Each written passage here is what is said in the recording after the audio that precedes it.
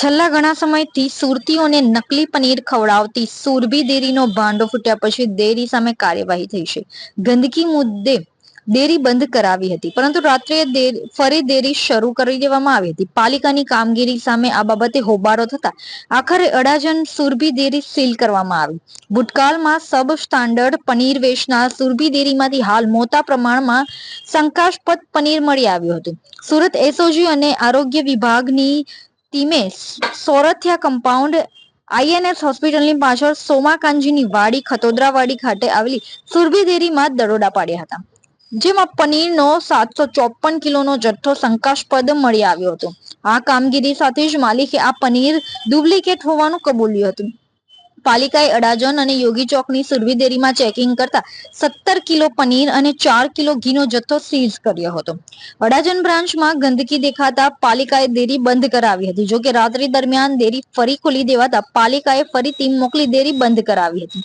આ ડેરીમાં ભૂતકાળમાં પણ સબ સ્ટાન્ડર્ડ પનીર મળી આવ્યું હતું, પરંતુ જ્યારે પણ કોઈ નક્કર કામગીરી થઈ ન હતી. ત્યારબાદ ફરી હાલમાં બનાવટી પનીરનો જથ્થો ઝડપાયા બાદ પણ કોઈ નક્કર કામગીરી ન થતા પાલિકાની કામગીરી સામે પ્રશ્નો ઉભા થયા હતા, જેથી પાલિકાએ આજે અડાજણ ખાતેની સુરભી ડેરી સીલ કરવાની કામગીરી કરી હતી. જી સર, આપનું નામ, આપની ડેઝિગ્નેશન. મારું નામ B R Brahmbhatt, food safety officer, Surat Mahanagarpalika. Sir, Surabhi dairy સામે અત્યારે કઈ રીતની કાર્યવાહી કરાઈ છે, શા માટે, શું કહેશો?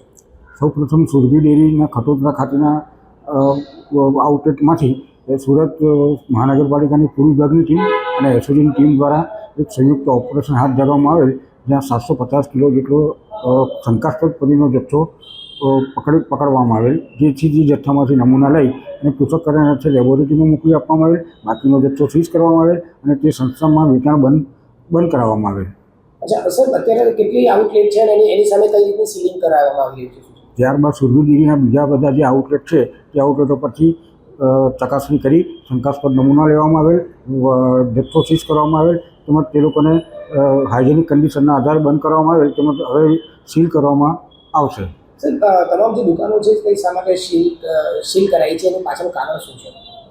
અત્યારે શંકાસ્પદ જથ્થો કહી શકાય આપણે, અને લોકોના આરોગ્યને સાથે ચેડા રિઝલ્ટ આવ્યાથી ખબર પડશે કે પનીરમાં કેટલી ભેળસેળ છે, કઈ ભેળસેળ છે, તે બધું રિઝલ્ટ આવ્યા પછી ખબર પડશે. તો અત્યારે કેટલી દુકાનોને સીલ કરાઈ છે? અત્યારે ટોટલ 3 દુકાનોને સીલ કરવામાં આવેલ છે.